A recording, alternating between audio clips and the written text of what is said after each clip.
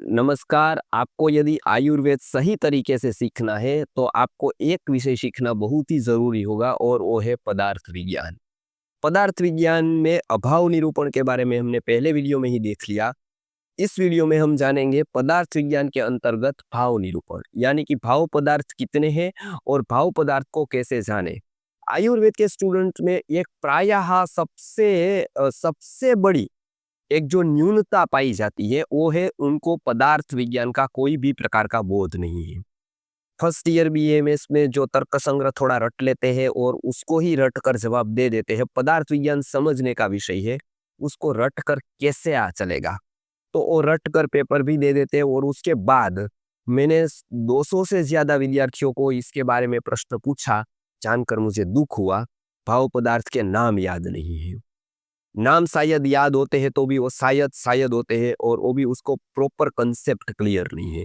अब आयुर्वेद का जहाँ से आयुर्वेद शुरू होता है वो मूल में ही यदि भूल है तो आगे कैसे हम सफल हो पाएंगे, कैसे अच्छे चिकित्सक बन पाएंगे और कैसे हम आयुर्वेद का दृढ़ अभ्यास कर पाएंगे। तो संहिता अध्ययन के लिए बेहद जरूरी होता है पदार्थ को समझना। वैशेषिक दर्शन का ये पदार्थ निरूपण जगत के लिए उपकारक सिद्ध हुआ है। इसके लिए एक उक्ति हमेशा से चली आई है, काणादम पाणिनियंच सर्वशास्त्र उपकारकम, यानी कि कणाद मुनि का न्याय दर्शन जो मतलब वैशेषिक दर्शन है और पाणिनि का जो व्याकरण है वो सर्वशास्त्र पर उपकार करता है, यानी कि आयुर्वेद पर भी वो उसका उतना ही उपकार है। आयुर्वेद का तो वो मूल स्तंभ ही माना जाता है, उसके बिना आयुर्वेद सही तरह से सही मायने में आयुर्वेद ही नहीं है।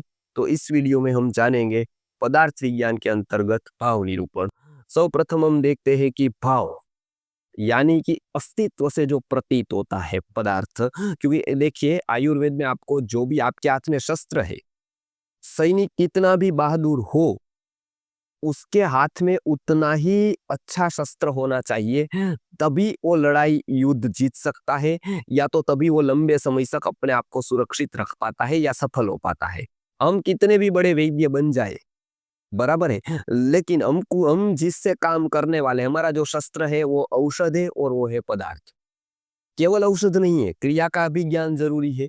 तो वो पूरा का पूरा जो हमको आधार लेना पड़ता है वो है पदार्थ, यानी कि ये भाव पदार्थों का ही हमको सहाय लेनी पड़ती है, भाव पदार्थ का ही आश्रय लेना पड़ता है और वो पदार्थ का ही हमको ज्ञान नहीं है तो हम शस्त्र बिना के सैनिक है। तो इसके लिए हमारे शस्त्र को मजबूत करने के लिए ज्ञान को मजबूत करना होगा, वो हम देखते हैं भाव पदार्थ के ज्ञान को। जो जो जगत में अस्तित्व से दिखाई देता है, ये है, ये है, ये है, ये है, तो वो होता है भाव। ये नहीं है, नहीं है, ऐसा जब कहते हैं तो होता है अभाव पदार्थ। अब है ऐसे पदार्थ तो अनंत है, तो अनंत पदार्थ होने चाहिए, तो उसमें बताया कि पदार्थ अनंत ही है। उसको 6 कैटेगरीज रखी है, बराबर है। वो 6 कैटेगरी में ही कहीं ना कहीं ये भाव पदार्थ बैठ जाते हैं। आप जो भी है वो कहते हैं वो कोई ना कोई ये 6 में से एक होगा। तो पूरे जगत के पदार्थों को ये 6 पार्ट में समझाया गया है, ये 6 फोल्डर में रखा गया है। ये 6 फोल्डर को समझते हैं। सबसे पहला जो है वो है द्रव्य। उसकी बहुत ही बड़ी महत्ता है द्रव्य की। हमको पता है कि जो द्रव्य है वो आयुर्वेद का प्राण जैसा है और उसके साथ साथ गुण को भी हम समझते हैं। इसके लिए द्रव्य गुण विज्ञान का एक अलग कंसेप्ट आयुर्वेद ने दिया है। आपको पता है, आप पीजी करेंगे या आयुर्वेद में कोई एमडी करेगा तो ये विषय द्रव्य गुण का अलग से आएगा। हालांकि वो समझने का और उसका बेस क्लियर करना अतिशय जरूरी है, लेकिन ये द्रव्य और गुण ये आयुर्वेद के प्राण जैसे है, क्योंकि ये द्रव जिस गुण के लिए हम जिसका आलम्बन लेते वो द्रव्य है। अब ये द्रव्य सबको पता है तो भी मैं बता दूं वो 9 द्रव्य आयुर्वेद मानता है। इसके बारे में डिटेल हम अगले वीडियो में करने ही वाले हैं, इसके लिए अभी केवल मैं संख्या बता देता हूँ। गुण दूसरा है, तो गुण वैशेषिक दर्शन के अनुसार 24 होते हैं। हम अभी वैशेषिक दर्शन के अनुसार ही लेंगे। उसके बाद आयुर्वेद के बारे में भी, आयुर्वेद में इस गुण को स्वीकार कर और भी बहुत सारे गुण स्वीकार किए हैं चरक मुनि ने, वो भी हम देखेंगे। लेकिन फिलहाल 9 द्रव्य जो आप अभी आयुर्वेद पढ़ने के लिए वैशेषिक दर्शन पढ़ते हैं, तर्क संग्रह पढ़ते हैं, तो इसमें 9 द्रव्य 24 गुण, बराबर है। तो इसका वीडियो हम सेपरेट लेने वाले हैं क्योंकि एक बहुत ही महत्वपूर्ण विषय आयुर्वेद सीखने के लिए ही नहीं, आपको दर्शन शास्त्र सीखना है, आपको और भी कुछ भारतीय ग्रंथों को पढ़ना है, तो ये पढ़ने के लिए चाबी है सारी। और ये चाबी लगेगी तभी वो ग्रंथ के ताले खुलेंगे, तभी तक वो खुलने वाले नहीं है। इसके लिए इसको समझना बेहद जरूरी है। तो पहले 9 द्रव्य है, 24 गुण है, बराबर है। कर्म 5 है जो यहाँ लिखे हुए हैं, यहाँ से मैं समझाने की शुरुआत करता हूँ और ये मैं अगले वीडियो में देखूंगा। ये सब भाव से प्रतीत होने वाले पदार्थ है, यानी कि अस्तित्व से प्रतीति होती है। तो यहाँ पर हम देखते हैं कर्म। कर्म अर्थात क्रिया। क्रिया कितनी प्रकार की होती है? तो यहाँ पर साधारण सा से आयुर्वेद के औषध कर्म को समझाने के लिए ये बेस समझना बहुत जरूरी है क्रिया का। क्रिया भी एक पदार्थ है कर्म। तो ये कर्म उत्क्षेपणम, हम बोल को उछालते हैं, वो एक बोल में क्रिया होती है। वो क्या क्रिया हुई? ऊपर जाने की क्रिया हुई, बराबर है। तो उसको कहते हैं उत्क्षेपणम। फिर हम कुछ नीचे गिराते हैं ऊपर से, अगासी ऊपर से बोल को नीचे डाला, वो बोल में एक क्रिया हुई। वो कौन सी हुई? अवक्षेपण, यानी अपक्षेपण भी कहते हैं इसको, बराबर है। तो एक उत्क्षेपण, एक अपक्षेपण, ये क्रिया हुई। एक में ऊपर आया, एक में नीचे आया। जैसे पित्त का आप समझ सकते हैं, आयुर्वेद के विद्यार्थी है तो ऊर्ध्व अम्ल पित्त और अधो अम्ल पित्त, बराबर है।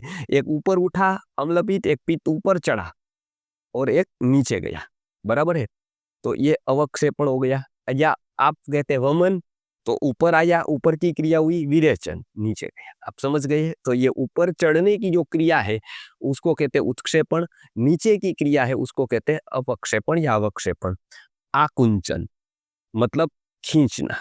जैसे आप कोई भी चीज खींचते हैं, जैसे कोई मैंने ऐसे एक एक्सरसाइज करता हूं तो मैंने ऐसे खींची, तो ये हो गया आकुंचन किया मैंने, खींचना, बराबर है। तो ऐसी कोई भी मैं क्रिया करता हूं तब वो खींचने की क्रिया को आकुंचन कहते हैं।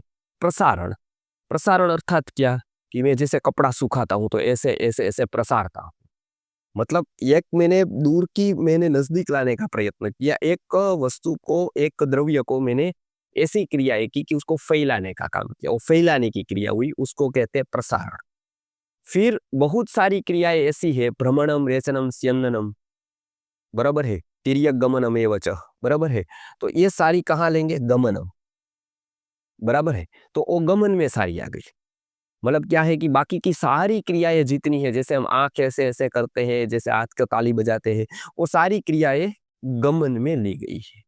मुख्य ये 4 क्रियाएं ली गई है, ऊपर उठाना, नीचे पटकना, खींचना, फैलाना। ये 4 क्रिया मुख्य। और 5वीं जितनी भी क्रिया है उसको हम क्या नाम से जानेंगे? गमन के नाम से जानेंगे, बराबर है। वो गमन कहेंगे उसको, बाकी कोई भी क्रिया हो। ये 4 क्रिया मुख्य है और ये गमन। अब ये 4 क्रिया मुख्य क्यों है? तो आयुर्वेद को जब आप समझेंगे, पढ़ेंगे, तब आपको पता चलेगा कि ये 4 क्रिया का कितना महत्व है। और वो क्रिया को देखकर हम उसको कैसे डिफाइन कर पाएंगे, रोग को कैसे जानेंगे। तो अलग अलग क्रिया को समझाने के लिए यहाँ पर मुख्य ये 4 क्रिया दी गई है। और 5वीं क्रिया जो है, बाकी की सभी क्रिया ये गमन में ली गई है, बराबर है। तो ये आपने समझ लिया, ये कर्म यानी कि क्रिया की बात है, बराबर है। अब सामान्य, ये बड़ा इंटरेस्टिंग टॉपिक है सामान्य को समझना। अब देखिए, एक मैं उदाहरण देता हूं। सामान्य मतलब क्या है? सामान्य मतलब होती है जाति। अच्छा, जाति पाति में भी आयुर्वेद मानता है? ये तो क्या बात होगी। तो ये आप जो समझते हो जाति का, ये जाति की बात नहीं है।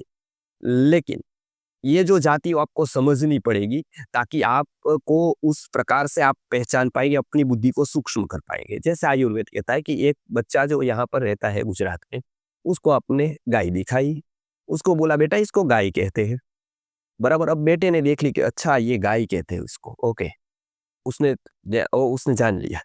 अब आप गए कहीं पर, उड़ीसा चले गए वो बच्चे को लेकर, या कलकत्ता चले गए, वहीं पर आपने ऐसी गाय देखी, बच्चे को दिखाई, इसको क्या कहते हैं? बच्चा कहता है कि गाय। अच्छा, तो अब प्रश्न हुआ कि बच्चे ने वहां ऐसा क्या देखा जो इसमें देखने को मिला, तो उसने फट से कह दिया गाय। अब पहला प्रश्न, ऐसा रूप देखा तो नहीं, क्योंकि वो लाल कलर की थी जो गुजरात की थी, वो आपकी उड़ीसा की थी, वो लाल कलर की नहीं थी, सफेद कलर की थी। अच्छा, उसके सींग देखा तो सींग नहीं, इसके छोटे छोटे थे उसके बड़े, या तो इसके बड़े थे उसके छोटे थे। अच्छा, तो आकार तो क्या नहीं, आकार अलग अलग था दोनों का। एक यहाँ की जो थी वो हुष्ट पुष्ट थी, वहां की छोटी थी, पतली थी। बराबर, तो आकार भी सेम नहीं था, ये छोटी सी थी, ये आकार में बहुत बड़ा अंतर था। अच्छा, तो क्या ऐसा था? तो ऊपर की खूंद, तो वो भी छोटी बड़ी थी, वो भी ऐसे दिखती नहीं थी दूर से। बराबर, यहां से यदि आप कहेंगे तो वो भी, उसमें भी अंतर था। तो ऐसा क्या देखा, दोनों में कॉमन था? वो ऐसा क्या देख लिया? उसने कलर अलग था, सींग अलग था, सब कुछ अलग होने के बावजूद उसने बताया कि ये गाय।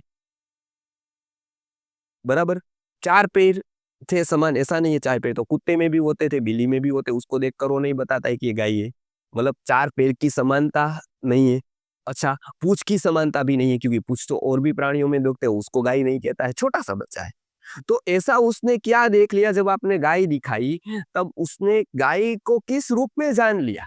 कलर से नहीं जाना, नहीं तो काली होती तो गाय नहीं कहता, ये लाल है। बराबर है, उसने क्या ऐसा देख लिया कि अच्छा इसको गाय कहते हैं, इसमें ये वस्तु ये है, और वो फिर वो वस्तु जहां जहां देखेगा उसको गाय कहने लगेगा, चाहे वो किसी भी कलर की हो, सिंग हो न हो, छोटे हो बड़े हो, मुंह कितना भी टेढ़ा मेढ़ा हो, बरोबर है, पूंछ छोटी हो बड़ी हो न हो, पैर छोटे हो बड़े हो न हो, वो गाय कहेगा। वो बेटी है तब तो पैर वो नहीं देख रहा है, लंगड़ी है तब तो पैर ही नहीं होते उसके, तो भी वो गाय कहेगा उसको। ऐसा क्या देख लिया? मुंह नहीं, मुंह भी अलग अलग थे। क्या देखा उसने? अब जो उसमें देखा वो था उसमें रहने वाली जाति, जिसको हम त्व से जानेंगे तो गो है, गो संस्कृत में गाय को कहते हैं। और उसमें उसने जो देख लिया एक धर्म, जो केवल और केवल गाय में ही था, वो था गोत्व। वो क्या था? वो तो इसको हम क्या कहेंगे? जाति। अब आपको जाति का कंसेप्ट पता चल गया, ये हमारी जाति पाति की बात नहीं है, ये गोत्व। ऐसे ऐसे हमारे में क्या होगा? मनुष्यत्व। ऐसे पुरुष में क्या होगा? पुरुषत्व। अब पुरुष में नहीं होगा, सभी पुरुष में होगा। सभी स्त्री में एक समान धर्म होगा, स्त्रीत्व। सभी मनुष्यों में एक समान धर्म होगा, मनुष्यत्व। सभी पशु में एक समान धर्म होगा, पशुत्व। बराबर, तो आपने जान लिया। अभी आप एक बार दिखाओ कोई भी बच्चे को कि देखो बेटा इसको पुरुष कहते हैं। बराबर, अब वो छोटा हो बड़ा हो कैसा, वो ध्यान लेता है। अच्छा, फिर वो किसी भी को देखे वो बताए यार ये पुरुष। हम बताते हैं कि इसको स्त्री कहते हैं, तब वो माने अच्छा स्त्री कहते हैं, तो उसको हमने जो दिखाया ना उंगली से, वो ऐसा कुछ होता था जो वो फिजिकल नहीं। वो जो फिजिकल होता ना, तो उसके जैसे हाथ को देखकर वो नहीं कहता है कि ये स्त्री है, क्योंकि वो नहीं है तो भी वो स्त्री है। बराबर, बच्चे को और तो कुछ पता नहीं चलता है, लेकिन वो कुछ ऐसा देख लेता है जो उसमें असाधारण होता है, जो और कहीं में किसी में भी नहीं होता है। और फिर सभी स्त्रियों में तो होता ही है। देखो ये धर्म है, ये जाति है। क्या है? गोत्व सभी गाय में है। मानो जगत में विद्यमान सपोज 1000 गाय है, तो 1000 गाय में जो धर्म रहेगा वो होगा गोत्व। और दूसरी बात, ये गायों को छोड़कर और कहीं पर भी नहीं रहेगा। बराबर है, तो उसको कहते हैं जाति।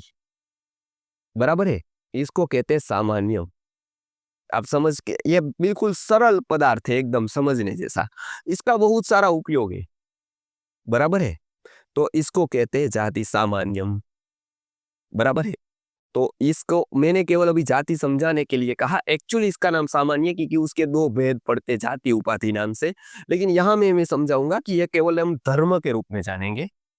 अब ये धर्म अधर्म धर्म वाला धर्म नहीं है, ये उसमें रहने वाला एक विशेष असाधारण धर्म, यानी कि वो जाति, गोत्व, बराबर, पशुत्व इत्यादि इत्यादि। बराबर, अब उसकी चर्चा हम करेंगे, लेकिन आपको ऐसा समझ गया, अब समझ लिया आपने ये पूरा कंसेप्ट कि ये सामान्य क्या है।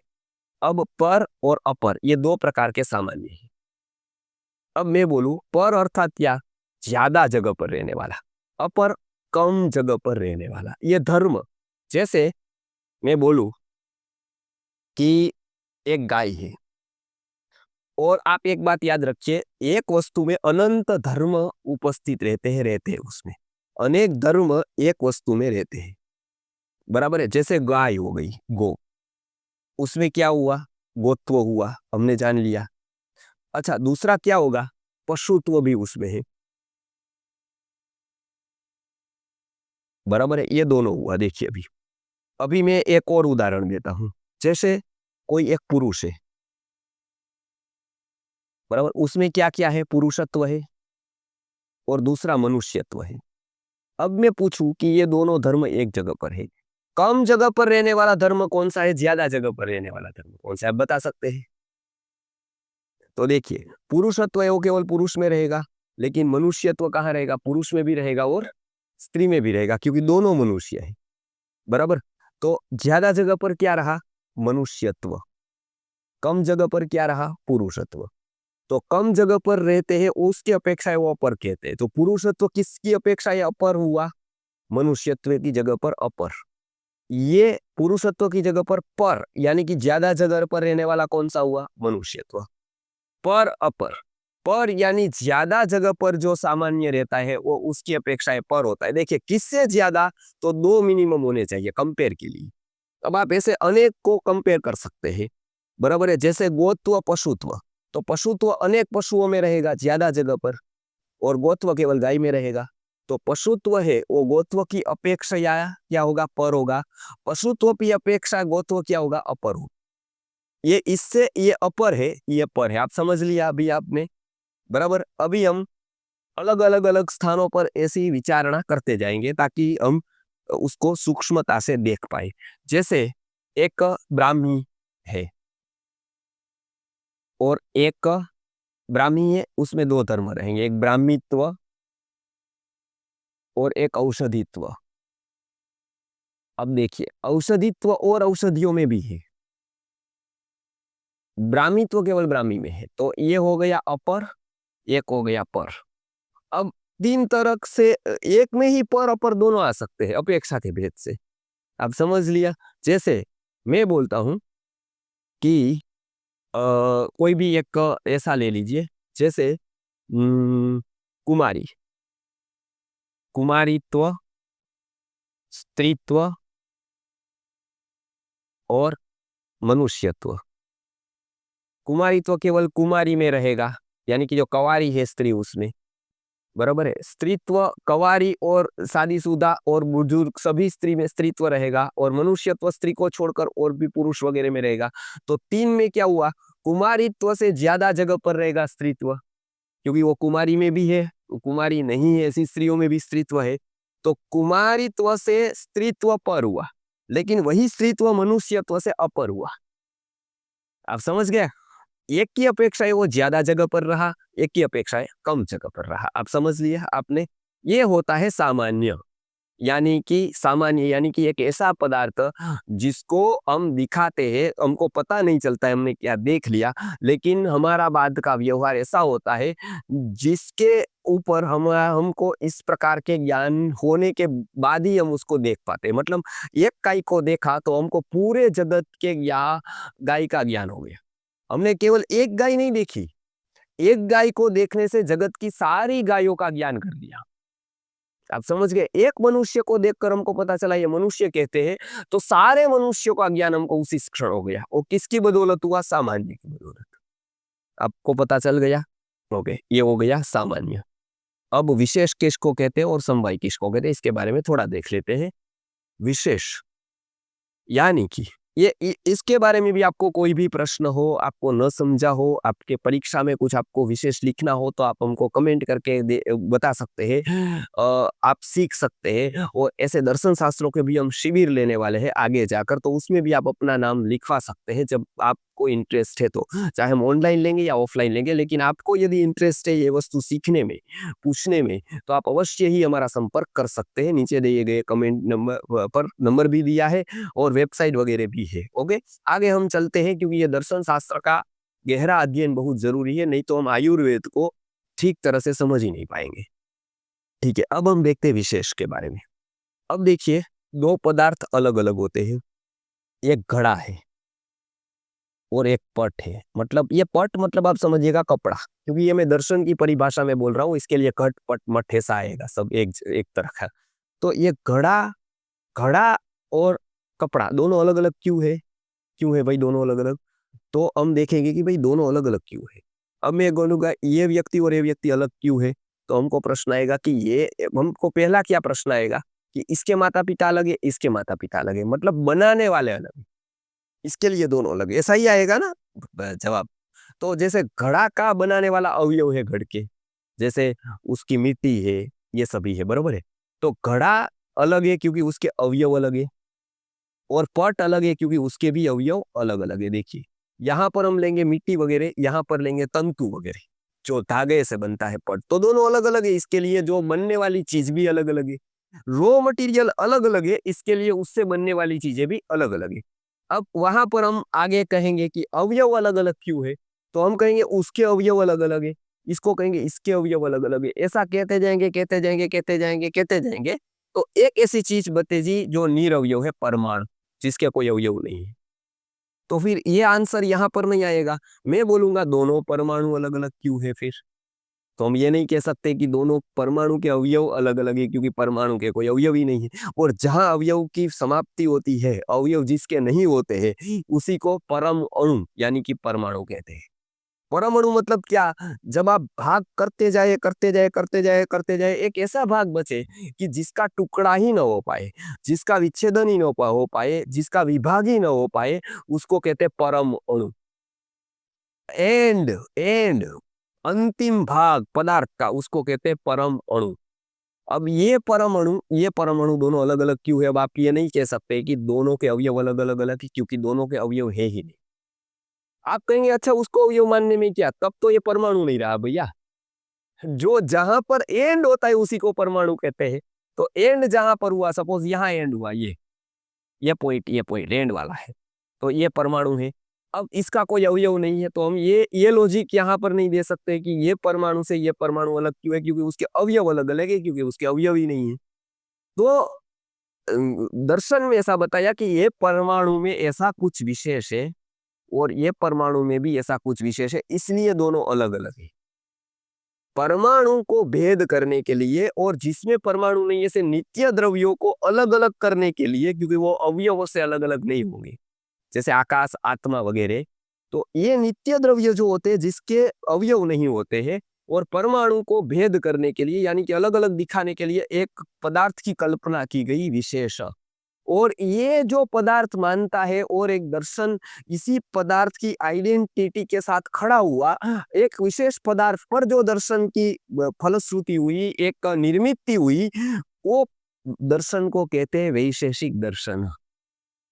इसके लिए इसका नाम वैशेषिक दर्शन पड़ा, क्योंकि विशेष नाम का जो पदार्थ है वो परमाणु का भेदक है और नित्य द्रव्यों का भेदक है, क्योंकि उसके भेदक उसके अवयव नहीं कहे जाते हैं, क्योंकि उसमें अवयव है ही नहीं।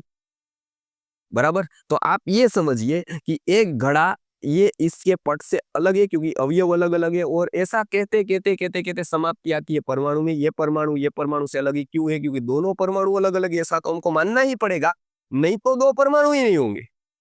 आप समझ गए ना, दो परमाणु अलग अलग ऐसा मानना पड़ेगा, नहीं तो दो कैसे है, वो अनंत कैसे है। तो हर एक में परमाणु में कुछ ऐसा विशेष है, मतलब समथिंग कुछ ऐसा है जो अलग करता है दोनों को। वो दोनों दिखाई देते हैं एक जैसे, लेकिन दोनों एक है नहीं भैया, दोनों को अलग अलग एक भेदक है। ये सृष्टि में समानता भी है और विसमानता भी है, असमानता भी है।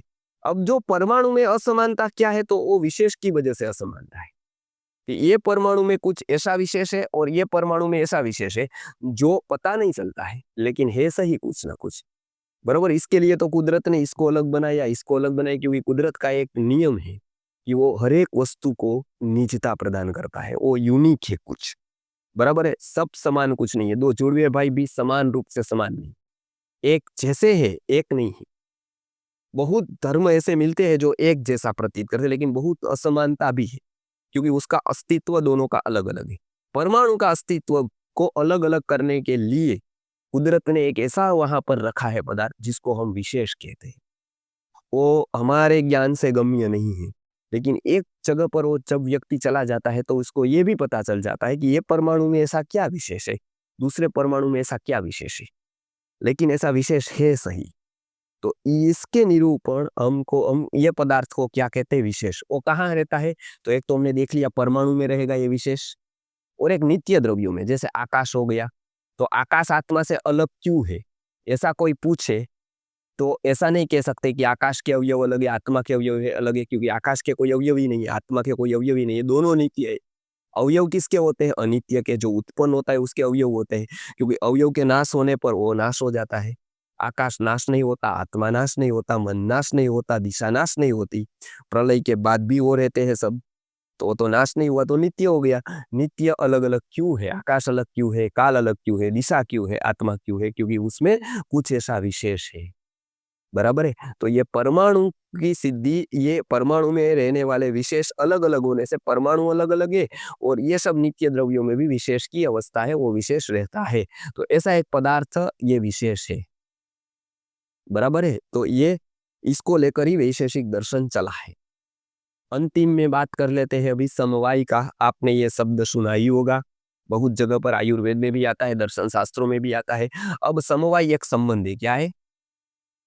संबंध। देखिए, संबंध हमेशा दो के बीच में होता है। बराबर है। अब देखिए, यहाँ पर एक टेबल है, यहाँ पर घड़ा रखा है। ये टेबल जाने के बाद घड़ा पर नीचे गिरेगा। कुछ भी यहाँ रखा है, मैंने यहाँ पर पेन रखी है, तो ये हो गया संयोग संबंध। संयोग संबंध मतलब क्या, कि ये संयोग हुआ, इसको और इसको मैं अलग कर दूं तो ये भी जिंदा रहेगा, ये भी जिंदा रहेगा, ये दोनों का केवल संयोग है। लेकिन कोई संबंध ऐसा रहेगा, ये जैसे संयोग है, इसमें कोई ऐसी तादात्म्यता नहीं है कि एक दूसरे को कोई इफेक्ट करता हो। जैसे ये पेन यहाँ से गिर गई तो ये ऐसा ही रहा, ये चली गई, इसको संयोग कहते हैं। ये तो आपको पता है, संयोग संबंध ये है। अब ऐसा दूसरा एक संबंध है, बराबर है, जो कहाँ कहाँ रहता है, जो ऐसे नहीं दिखाई देता है। जैसे ये संयोग दिखाई दिया, जैसे मैंने हाथ रखा यहाँ पर दिखाई दिया, जैसे यहाँ पर मैंने हाथ रखा दिखाई दिया, संयोग कहते हैं इसको। बराबर है। पुस्तक टेबल पर रखा है, दिखाई दिया। लेकिन कोई ऐसा संबंध है जो दिखाई नहीं देता है, लोग उसको नहीं जानते हैं, नहीं पहचानते हैं। वो है कि अवयवी अवयव में किस संबंध से रहता है। जैसे घड़ा हुआ उत्पन्न, कहाँ हुआ घड़ा उत्पन्न? कपाल में हुआ घड़ा, मतलब अवयव में हुआ उत्पन्न ये घड़ा। अब ये घड़ा यहाँ पर किस संबंध से रहेगा? अब ऐसा तो किसी को प्रश्न ही नहीं होता है। तो ये जो रहता है। अच्छा, दूसरा, आपको ये थोड़ा कठिन लगेगा क्योंकि अभी हमने कार्य कारण भाव नहीं जाना है, तो थोड़ा आपको बिठाना कठिन होगा क्योंकि ये अलग वस्तु, लेकिन मैं सिंपल बताऊं तो यहाँ की ही एक बात कर लेते हैं हम। जैसे आप बोलते हैं कि घड़ा लाल कलर का है, तो लाल कलर कहाँ रहता है? सिंपल, घड़े में रहता है। घड़े में किस संबंध से रहता है? जैसे पेन टेबल पर रहती है, उस संबंध से लाल कलर घड़े में रहता है? नहीं भाई। टेबल को, ये पेन को हम उठाकर अलग रेज रख सकते हैं, लाल कलर को उठाकर रख सकते हैं अलग? नहीं। तो गुण ऐसे कलर लिया, फिर टेस्ट ले लो, कोई भी गुण ले लो, चलो रूप ले लो, रस ले लो। रस को ऐसा हो सकता है कि मैंने केवल मधुर रस ये इससे छीन लिया और इसमें रख दिया, ऐसा हो सकता है? कभी नहीं हो सकता है। तो जो गुण होते हैं, वो चाहे रूप हो, चाहे रस हो, चाहे गंध, गंध का भी ऐसा है, इसमें से गंध ले ली और उसमें डाल दी, ऐसा नहीं होगा। मुझे कोई द्रव्य ही लेना पड़ेगा, बराबर है, गंध वाला। तो रूप रस गंध स्पर्श कोई भी गुण हो, वो द्रव्य में किस संबंध से रहेगा? समवाय संबंध से। समवाय संबंध मतलब क्या? इतनी तादात्म्यता कि वो दोनों को अलग हम नहीं कर सकते हैं। एक जोड़ का, ऐसा कहते हैं ना, जोड़, एक ऐसा जोड़ा तो अलग नहीं होगा, मर जाएगा मिट जाएगा, अलग नहीं होगा। वो होता है समवाय संबंध। आप अलग नहीं कर सकते। जैसे क्रिया हो गई, मैंने एक बॉल फेंका, क्रिया कहाँ रही? बॉल में। अब ऐसा हो सकता है कि बॉल में से मैं क्रिया निकाल लूं, कभी होगा कि मैंने वहां से चलो क्रिया निकाल ली, बोल ऐसे ही रहा, क्रिया निकाल ली, होगा ही नहीं। जब तक रहेगी बोल में रहेगी, नष्ट हो जाएगी बोल में ही रहेगी, नष्ट होगी। तो गुण गुणिनो, गुण और द्रव्य के बीच में, क्रिया और क्रियावान के बीच में, जाति और व्यक्ति के बीच में। जाति व्यक्ति क्या मैंने बताया? गोत्व जाति है, गोत्व वो गाय में रहता है, मनुष्य तो मनुष्य में रहता है। तो मनुष्य तो किस संबंध है मनुष्य में रहेगा? समवाय से। तो ऐसा नहीं होगा कि आप मनुष्यत्व को उठा लेंगे, मनुष्य ऐसा ही रहेगा, ऐसा नहीं होगा। वो दोनों के बीच में क्या है? तो गुण गुणिनो, क्रिया क्रियावंतो, बराबर है। नित्य द्रव्य और विशेष, ये जो विशेष है वो परमाणु में भी किस संबंध से रहेगा? ऐसा नहीं होगा विशेष को उठा लिया और परमाणु ऐसा रहा, तो विशेष और नित्य द्रव्य के बीच में, बराबर है। ये सारे के सारे जो जो ये संबंध है, उसमें क्या है, दोनों को आप अलग नहीं कर सकते, ऐसा कोई संबंध जिसको कहते हैं समवाय। वो संयोग नहीं है, उससे अलग संबंध है, जिसको कैसा संबंध माना है, जिसको क्या नाम दिया है? समवाय। मतलब ये एक संबंध है और एक ऐसा संबंध है जो नित्य है। संयोग नित्य है, देखो अभी था अभी चला गया। ये क्या है? नित्य संबंध समवाय। आपको समझ आ गया होगा, बराबर। किस किस के बीच में है वो भी बता दिया। गुण और द्रव्य के बीच में है, कर्म और द्रव्य के बीच में भी यही संबंध है। दो, सामान्य और द्रव्य के बीच में, सामान्य और गुण के बीच में, सामान्य और कर्म के बीच में भी यही संबंध होता है। बराबर है। विशेष और परमाणु के बीच में या नित्य द्रव्य के बीच में भी यही संबंध होता है, इसको कहते हैं समवाय। तो आपको ऐसी पंक्ति देखने को मिलेगी कि गुण गुणिनो, क्रिया क्रियावंतो, बराबर है। फिर जाति व्यक्ति, बराबर है। फिर नित्य द्रव्य विशेष का कौन सा संबंध होता है, समवाय, बराबर। क्यों? क्योंकि वो नित्य संबंध है, अलग अलग नहीं कर सकते हैं। तो ये हमने समवाय के बारे में जाना। तो आज हमने इतने पदार्थ को, 6 पदार्थ में से हमने कर्म के बारे में डिटेल जाना, सामान्य के बारे में, विशेष के बारे में, समवाय के बारे में। द्रव्य गुण के बारे में केवल नाम उल्लिखित किया, क्योंकि उसके बारे में हम अगले वीडियो लेने वाले हैं, डिटेल जानने वाले हैं। आपको यदि इसमें इंटरेस्ट, आपको वेदांत पढ़ना है, दर्शन शास्त्र पढ़ना है, आपको आयुर्वेद पढ़ना है, तो आपको मेहनत के साथ, न समझ में आए तो भी लगे रहना चाहिए, समझने की कोशिश करना चाहिए, क्योंकि ये सारे दर्शन शास्त्र है ना, बुद्धि का सार है। बुद्धि को सूक्ष्म करते हैं, पदार्थ को समझने की एबिलिटी, हमको योग्यता आती जाती है। तो इसके लिए न समझ में आए तो भी पढ़े, कोशिश करें, समझने की कोशिश करें। कोई भी प्रश्न है तो कमेंट करें, क्योंकि अभी हमने बहुत सारे आयुर्वेद के वीडियोस डाल दिए हैं, तो आपका बेस वहां पर भी अच्छा हो जाएगा और यहाँ पर भी आपको ये सब समझ में धीरे धीरे आता जाएगा। तो अगला वीडियो हम जो लेने वाले हैं वो है द्रव्य और गुण के बारे में। तो अभी हमने इतना देखा, 4 हमने भाव पदार्थ देख लिए हैं, और 2 भाव पदार्थ है जो आयुर्वेद का प्राण कहे जाने वाले हैं, वो है द्रव्य गुण। उसकी बात हम अगले वीडियो में करेंगे। नमस्कार।